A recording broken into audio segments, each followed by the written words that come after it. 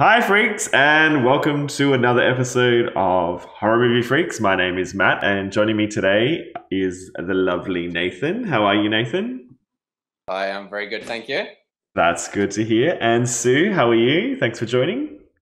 Yeah, I'm good. I'm on annual leave right now, so I can't complain. Me too. Yeah. Isn't it great? Nathan's still out there working hard. Work. Yeah. Okay, Rihanna, calm down. Let's get into it. So this is the final part of our Jason Lives trilogy. So it's the 3 films where Jason is alive. So this is the final chapter and part 4 of the Friday the 13th series. This is the one, obviously, where Jason meets his demise. Spoiler alert. Never to be seen again, I'm sure. So part 2 and part 3, on average, we gave Pashes. Let's see if we're going to give a Pash to this one. Should we take a look at some clips to get us in the mood? Let's do that. 3 times before, you have felt the terror, known the madness, lived the horror. But this is the one you've been screaming for.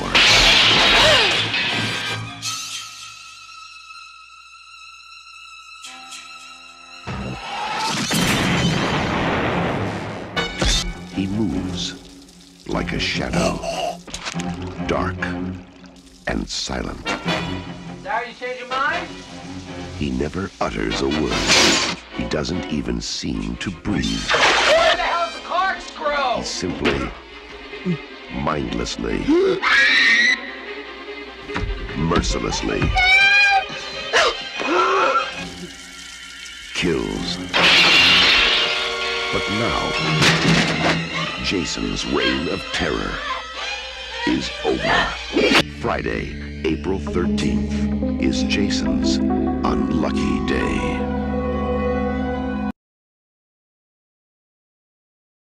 Okay, so that was the best bits of the movie, I guess. So let's go into the details. So Friday the 13th, the final chapter, was released on the 13th of April, 1984, which happened to be a Friday. Mm-hmm. I love it when they come out on a Friday. It was directed by Joseph Zito, made for a budget of $2.6 million, and took in $33 million, which is pretty good. It wasn't as successful as the last one, but it was only a few million in between the two. IMDb, it's got a higher score as well, so it's a 6 out of 10 on IMDb, and has a Rotten Tomato score of 19%. Still low, but hello, it's a horror film, so what can we expect? For God's sakes, that's ridiculous, though. Yeah, I know. We say. There's no justice. Well, No justice. So what was your... This is probably one of your favourites, Friday the 13th, spoiler alert, out of the series, isn't it? That's one I always think of you when I watch this movie. Probably the favourite. Okay, right. Yeah, I like everything about this film. I think it's great. But like at the beginning, at the beginning when they have the extended flashback, like, I don't know, this flashback kind of annoyed me a little bit in the previous ones, but I think because it's basically a best of kills, it's kind of more entertaining, and it brings up a lot of the shots that I like rather than whole scenes. It's just quick flashes of stuff. Yeah. And I like that. And also how it was sort of, they were talking about the campfire about that, so made it more like the legend, which is Jason, more like the myth. Yeah, it was cut together better, wasn't it, rather than just this is what's happened straight out. Like it's had a bit more like thought. Part of the story.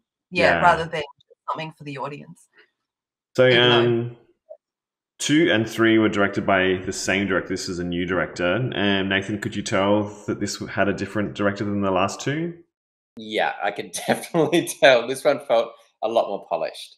a lot more professional. The stunts were a lot more impressive as well. It's a movie that I could actually watch and like appreciate the stuff that the filmmakers had actually done. It's like, oh, they must be like really proud of that shot or that sort of gory makeup or that kill. It's like, yeah, they must think that's pretty awesome because like that long unbroken dolly shot at the beginning.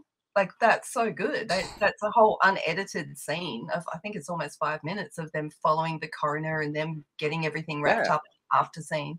That's really cool. Yeah, the actual production values are pretty good. I mean, yeah, some of the acting is still a little bit sort of cheesy, but I think that's appropriate for the type of movie it is. I didn't think anyone was bad. No, there was no one bad. No. I thought the deaths were a little bit more realistic. You know, previously where they'd stab them in the stomach and they would die immediately, like they seem to suffer a bit more now. That is true. Gut thing is not going to kill you right away. And Tom Savini has returned from the first film, so took 2 and 3 off and has returned for 4 to wrap up the Jason saga and do it properly. Could you tell that Tom Savini was back? Well, yeah, because Corey Feldman was basically mini Tom Savini. Yeah, I enjoyed that. Yeah, me too. When he's like, look at this thing I invented. Like, yeah, you didn't invent that. No. You're what, 10? Like, I don't think you created Yeah, that thing, like, with the articulated face. Like, okay. But I did like that. Oh, you know, when they when the mum's like, oh, the house next door's been rented by 6 kids. I think that's like the first and only time in history that a mother of teenagers is like, yeah, you know, horrified. Yeah. But I thought, that this film was more sophisticated than the last. I'm not sure, like, what made it feel like that. But there was moments that it felt like that they'd really, I don't know, thought about things more, like that bit that you just made me think of, Sue, where the mum puts Tommy to bed and he's looking out the window and sees the 2 across the road going at it, and it does exactly what like a prepubescent child would be doing and getting like all excited at how naughty it was like to be looking at this scene. Like, it's little things like that that I don't think we've seen in the previous movies. We haven't really had kids in the previous movies. No, even or if like, it's just one, it's not like a regular kid, but at the same time, you can still relate to him.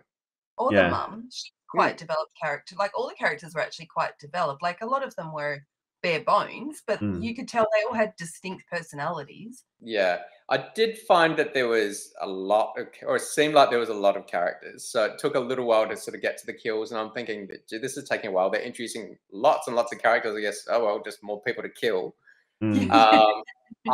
Very few of them do I remember their names. So in my notes, it's just twin 1, twin 2, mum, whatever. Which I totally get. That's all they were to me. They were just stereotypes. But like, at the same time, the twins act differently from each other. Yeah. Which I thought was kind of cool, because they would, I don't know, those kind of films, I'd expect them to just make them like, you know, horny girls. But one was and one wasn't and stuff. I kind of liked that. Yeah. Sorry, I interrupted. No, I agree with that. Should we go through the cast? Because it had some ups and it had some downs, like in terms of known actors and actors that would go on to more things. Obviously, Corey Feldman as Tommy Jarvis is kind of legendary. This was before Goonies, I think. Yeah, it would have been. Yeah, I think it was his first big role. He did Bad News Bears before, but I don't know. But it was like a small part. This is the first like leading part. Right, okay. I think he was amazing in this, like really stood out as like a star. Yeah. And the other one was Crispin Glover as Jimmy. Yeah. Like, I thought he was quite good looking. Yeah, same. I thought he was kind of cute. His dancing though. Oh my god. Yeah. A little bit frantic and frenetic. It's so good. So I want to do it at a party. That and the what, sorry, Sue? The Elaine dance. Oh yeah.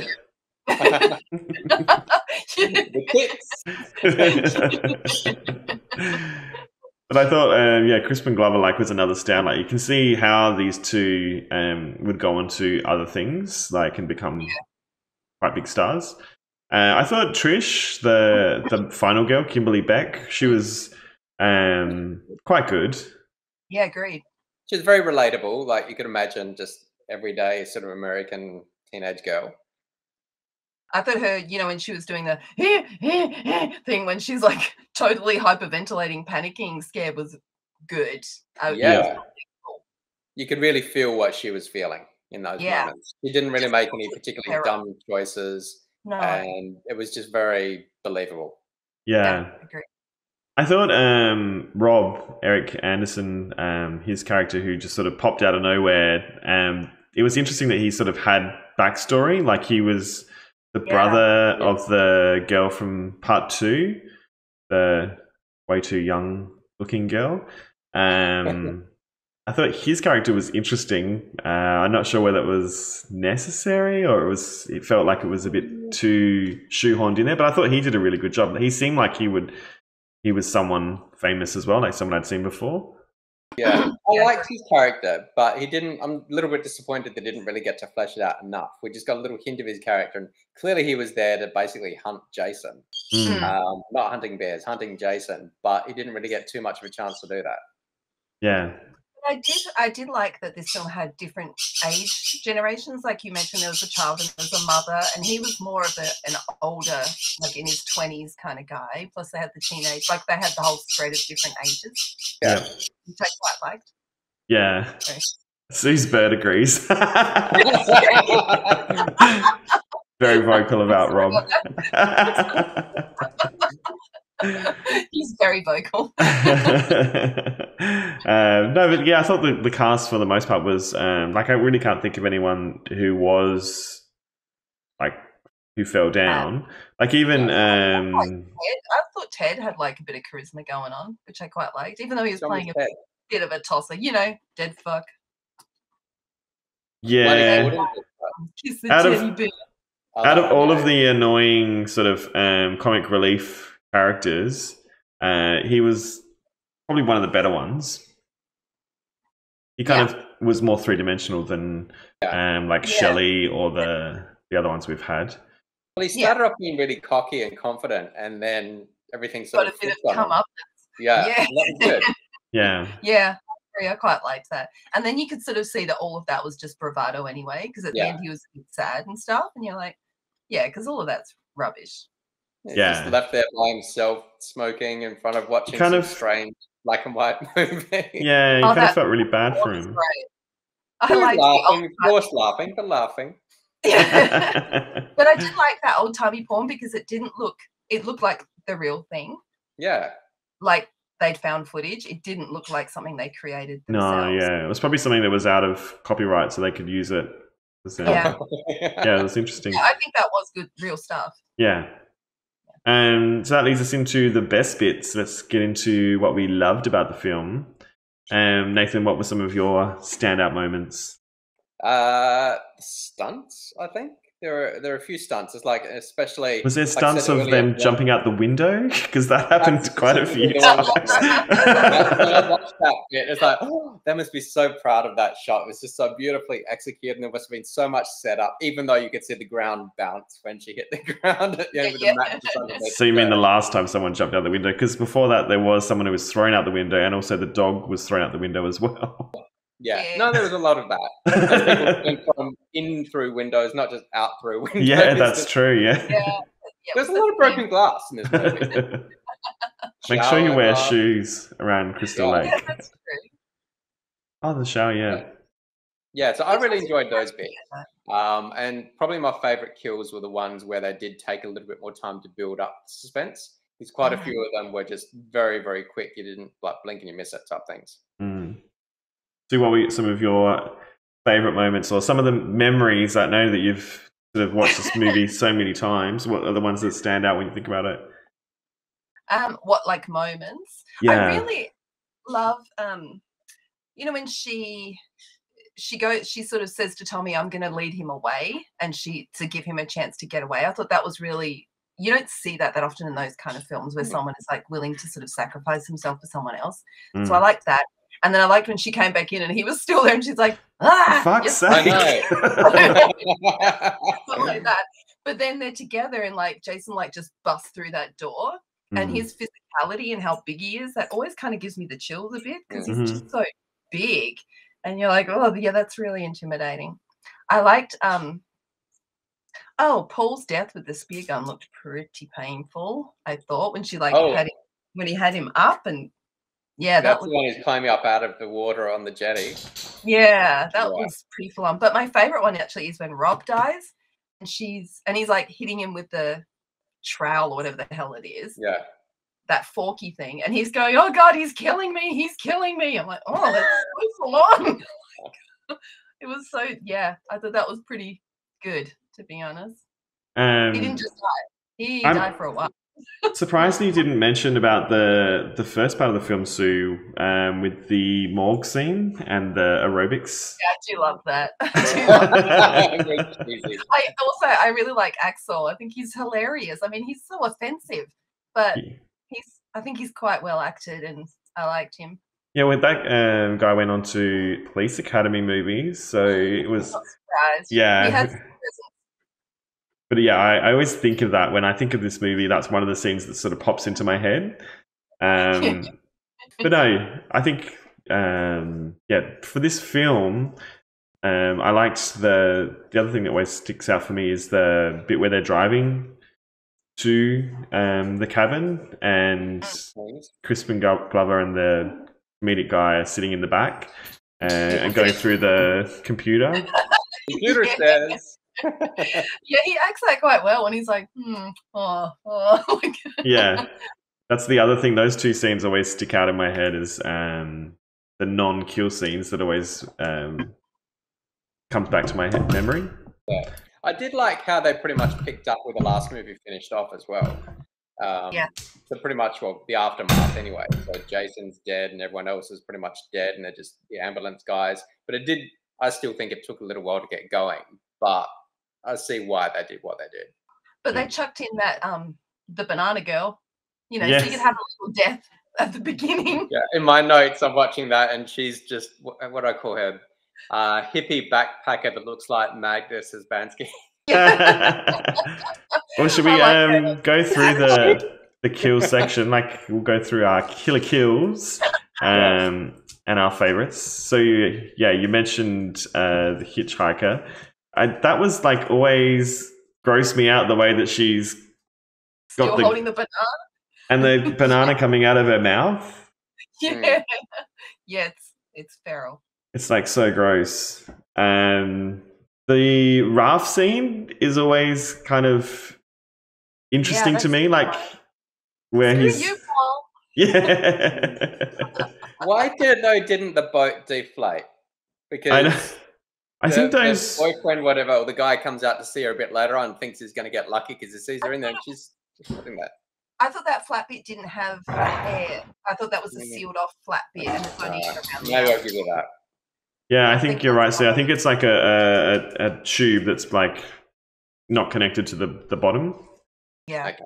I'll let that go then.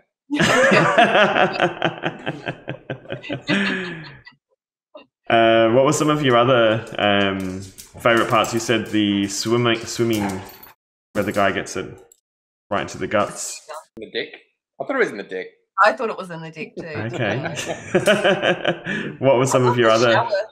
The shower death seemed a little... when he dies in the shower, right? And then she comes in and notices that he's dead, but it looks like an accident. Like, why would you assume that's a murder? He's hanging out the shower. I would think he's fainted and fallen into I would go check. I don't understand why she screams and runs. Like, that's true. That's the only bit that always gets me. And I'm like, you would check and then you'd call someone or, I just don't think you would act like he'd been murdered. There was no. Maybe she was just. Well, had she acted that he was murdered, or she was just panicking in that situation? Yeah, that's what I kind of. She's just gone through this big. In her head, this big life-changing thing. She's been with a guy, fallen in love with a guy. Next thing you know, she's dead. So she's just freaking out, and then she runs down the stairs and. Because she was calling for her friends, and they weren't sort of responding either. So I think it sort of like escalated as the friends weren't responding. Yeah, I think so. But I did like that shower scene and the guy's head basically getting all mushed Oh, against yeah, the that was wall. great. And that's I the think thing that's from 3 to 4. Like you can see Tom Savini is the professional, because in 3 you had the guy whose head got squashed and his eyes came popping out to the screen. It looks so fake. Whereas I think the shower scene, like the crushing of the head, like was much more convincing. Yeah. Well, Yeah. also on that vein, it's like probably my favorite kill. Can I talk about that now? Mm-hmm. Yeah. My favorite kill would actually probably be Jason himself up at the end, where he gets basically Machete. stabbed with a machete, falls over, lands on that, and then he slides down on his face. And you can see his face twitching as it's happening. So I that didn't to me, notice was, that. yeah, it was really good special effects. 'Cause I know Very that gory, very that had- 80s. wasn't that banned, that scene in some places, or taken out of? Yeah, imagine. I remember, Sue, when we used to watch your, like, I think it was like recorded off the TV version of it. That wasn't in it, and I remember the first time that we saw the proper ending, like we were like, "Oh my god!" Like, Oh my Yeah. like the way that I can his see like why eye that was picked like, out. But yeah, oh yeah, the twitching, that was just my favorite bit. yeah, I can see that. I can see why. I like the whole psychology of, like, Corey Feldman knowing that he can use this against him and get his attention by looking like he looked like as a kid and stuff. I thought that was really clever. But it's similar to her pretending to be the mum, I guess. It's a Yeah. factor. Yeah. Did you know that there was a different ending as well? No. So, similar to the last films where we always had the scare at the end, there was a scene where the girl goes upstairs. Well, she sees a dripping water coming from upstairs. She goes upstairs and finds her mum in the bath. And then the mum wakes up, like her eyes open and it's all just white eyes. And then I think Jason appears. But yeah, there's a different ending as well. Okay. Well, that answers a few questions because we never actually saw what happened to the mum. Yeah. That's so familiar. You can see that on YouTube. It's not as good. I like the scene that we have where we see Tommy looking into the camera. It's a little bit Norman Bates at the very end, isn't it? Yeah, because I'm sure that in the next film he's going to be the killer. Why you would think that? But yeah, there was some good kills in this movie. I just think that there was like a lot. I think it was very kill heavy, and I think this is like one of the first. Or they all sort of like right from the beginning, like where Kevin Bacon gets the spear through the neck. Each film tries to outdo the previous film, and I think this is the one where it's sort of like going next level. So when because they thought it was the last one, right? Didn't they? Yeah, they thought it was going to be the last one, but it's like when the twin gets pulled out the window. Like, what's Jason doing? Like shimmying up to the second level just to like grab her and pull her out of the window. Well, I liked that the earlier twin, when she died, they chose to do it as a shadow thing. Like they showed restraint sometimes as well, which I thought was interesting. Yeah, I thought that was just interesting sort of artistic style, but also probably one of my criticisms of this is because they did have such a big cast and just so many people to kill off in creative ways that it felt a bit more gimmicky. If you look at more modern horrors, when I say modern, I mean 90s, like I know what you did last summer and Scream and that sort of stuff, it's a much smaller cast. So you get a feel for each of the characters a little bit more, a bit more development, and each death, there's a lot more suspense leading up to. Well, that's why I'm glad they did spend time on some character development. Like I said, it was bare bones, but at least they were individual characters. But if they hadn't done that, it would have been a little bit torture porny, where they're just kind of lined up to die. Yeah, it was almost that, but not like the nurse, like where she gets like right down the middle and like gutted almost. Yeah, but that was still very quick. I was actually expecting to see more. I was expecting to see like guts spilling out and that sort of stuff. True. That was just a quick cutaway. Nathan's never satisfied. No, for me, it's like I want a bit more build up and suspense and to linger on those moments to have more impact rather than just quick cut and then next one. Mm-hmm. Oh, there's a bit more lake in this one. Yeah, there's an actual real lake. Yeah, like it looks all muddy. Yeah, and also it's one of the things I thought was funny is like, all right, they're going skinny dipping in the nighttime, which is fine, but for there to be that much mist about, it's got to be cold. Yeah, true. Yeah, and they never like Trish. They never like exploited her. I guess they stuck with that good girl, but she wasn't completely good girl. But I guess they stuck with that. Like, we're not going to make her naked.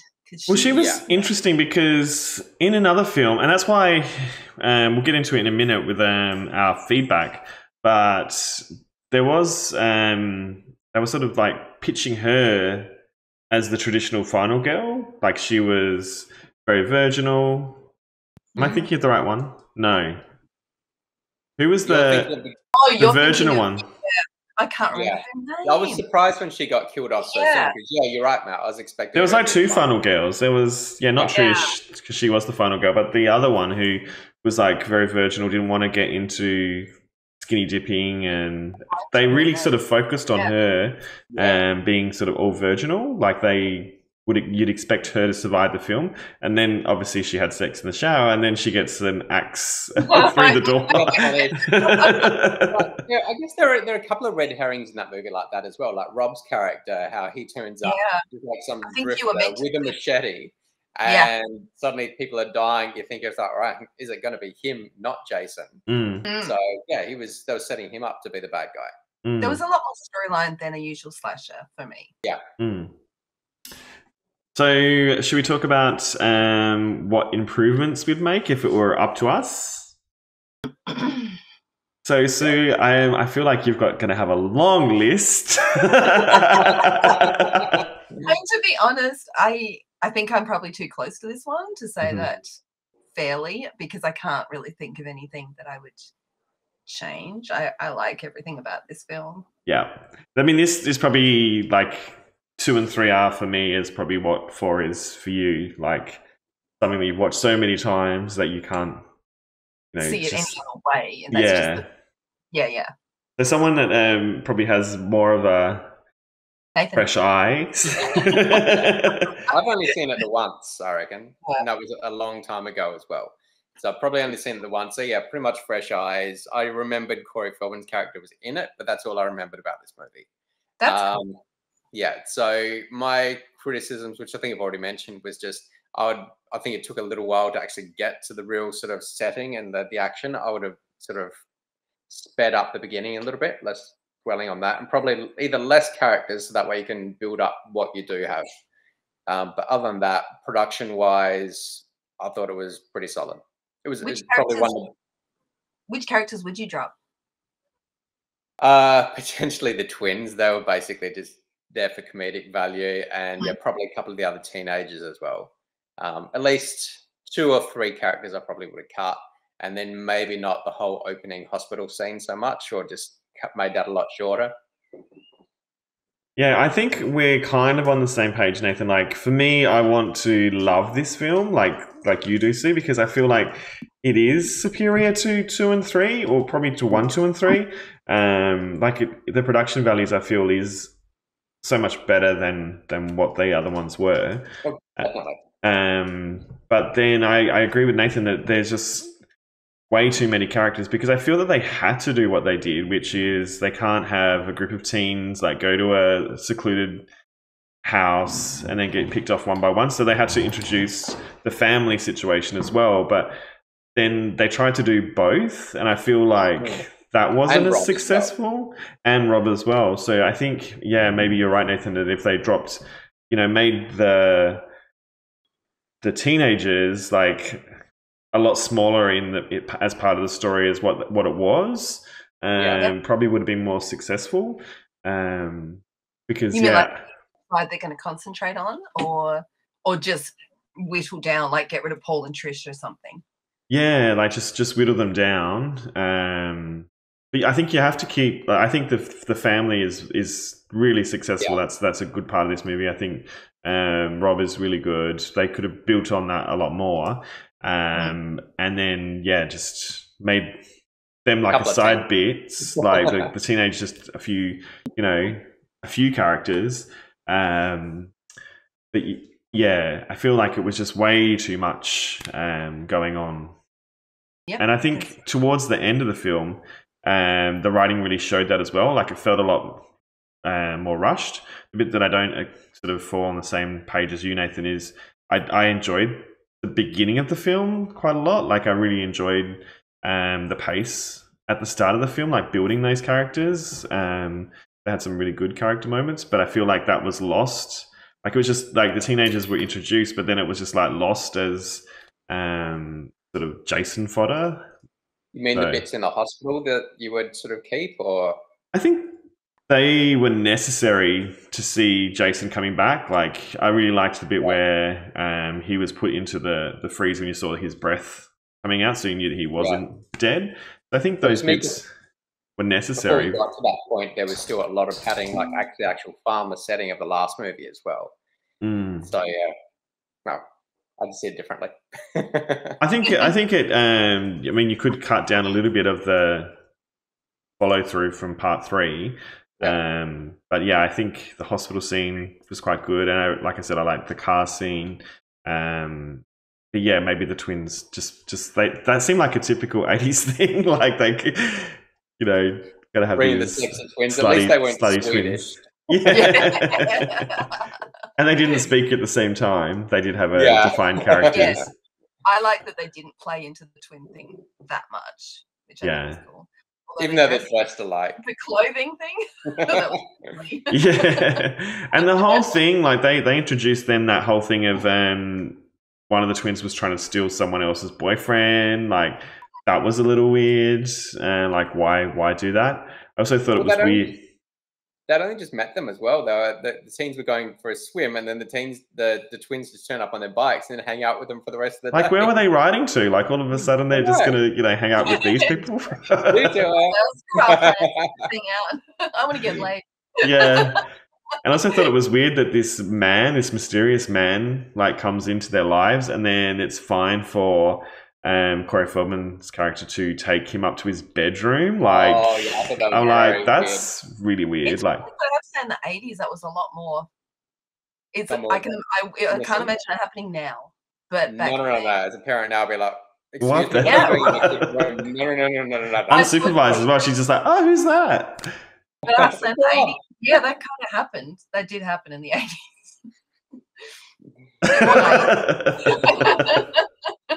So for me, I thought that was, there were some bits of it that I just thought, if there was like another draft of the film, like the start of the film is really good. Yeah.